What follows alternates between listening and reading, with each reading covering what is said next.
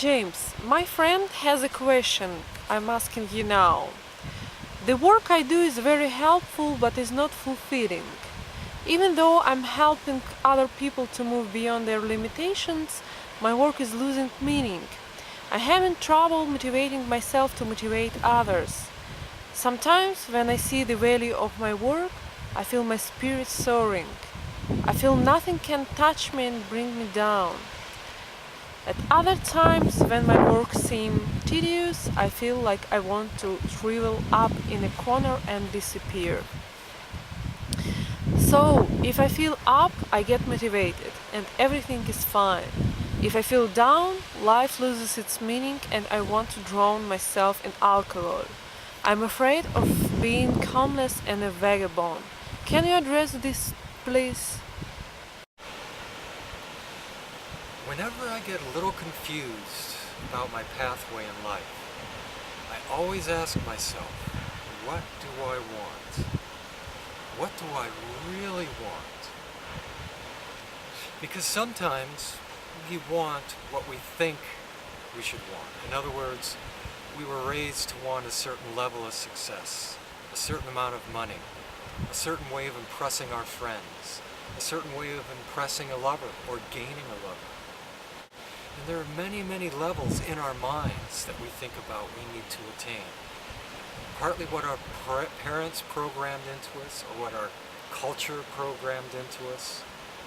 But ultimately, what makes us happiest is to find out what we really want.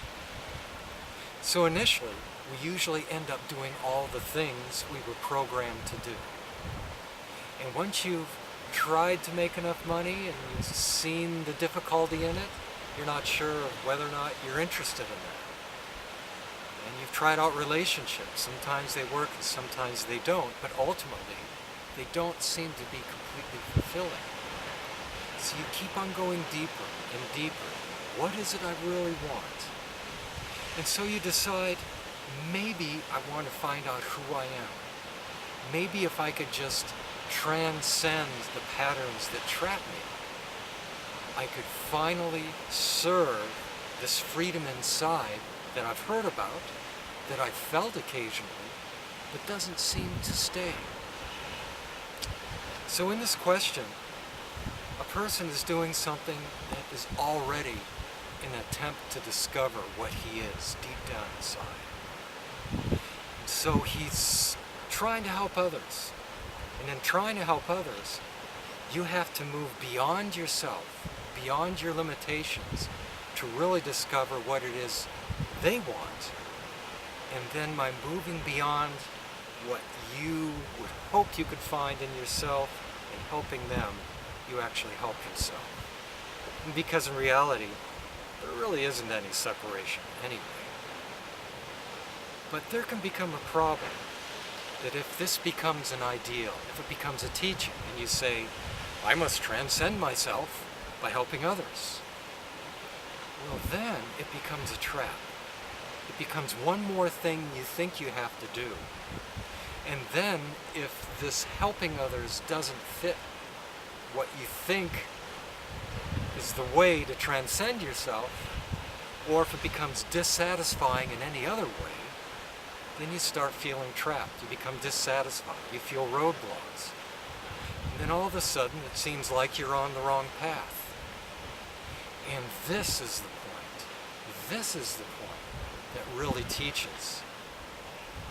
After you move beyond yourself, and it's easy to do, then you find the demand to move beyond yourself, or at least your self-limitations.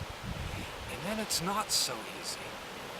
And then you discover, in order to continue, in order to keep on moving in a direction that seems to open you up, you need to penetrate inside of these walls and allow these walls to teach what are the obstructions, what is really true in your life, what isn't true, and then you go deeper. What is it I want? What is it I want? Now the closer you get, the more temptations that will come up. These little things that seem like addictions that say, you know, I'm frustrated. I've tried and I've tried and I've tried. I've tried all different kinds of paths. I've tried going deep inside myself in isolation. I've tried helping other people. I've tried many different things and it doesn't seem to help. So you get frustrated. You feel like, that's it. I just want to feel good. And the way I feel good is to numb myself out. It's to take some kind of substance, whether it's alcohol or drugs, or even substances that are even more subtle. The different sports you can numb out with. Reading, movies, literature, technology are all ways to discover yourself or ways to numb out, depending on how you relate to it. So as long as you're aware of this tendency, as long as you're aware that what you really want is to feel good, and as long as you're aware that to truly feel good, you must learn how to feel good when you don't feel like you're moving through your obstructions. Well then this need to numb out starts dissolving, and this desire to be open, even when things aren't quite right, begins to take over. And then, much more subtle enjoyments, much more subtle pathways that are genuinely your own reveal themselves to you. And then, something new begins happening.